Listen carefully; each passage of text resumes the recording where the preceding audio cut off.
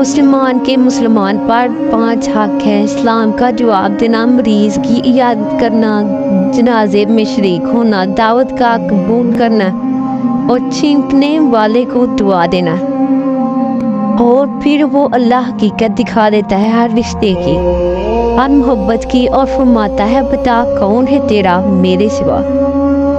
4 چیزوں سے نور پیدا ہوتا ہے: خالی پیٹ رہنے سے، گناہوں پر ندامت کر کے رونے سے، اچھے لوگوں کی صحبت سے، امیدوں کو مکثر کرنے سے۔